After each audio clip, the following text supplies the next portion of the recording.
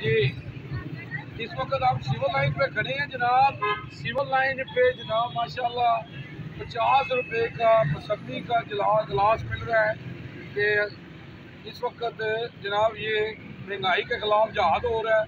50 रुपए का मौसमी का गिलास मिल रहा है कि इस वक्त होटल पे जाए तो पानी वाली चाय भी 50 रुपए की मिलती है। तो जनाब मौसमी पिए और फ्रेश तैयार हो रहा है। और जनाब ये भाई साहब बना रहे हैं जी। सलामकुम। हाँ जी, ये जनाब ये कितने का गिलास है? 50 रुपये का गिलास।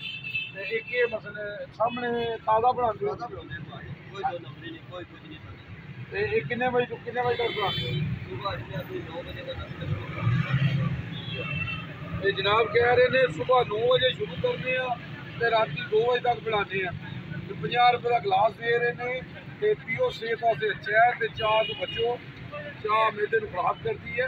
तो जूस पियो 50 रुपये का गिलास। न्यू जी न्यू जावा जी जेल।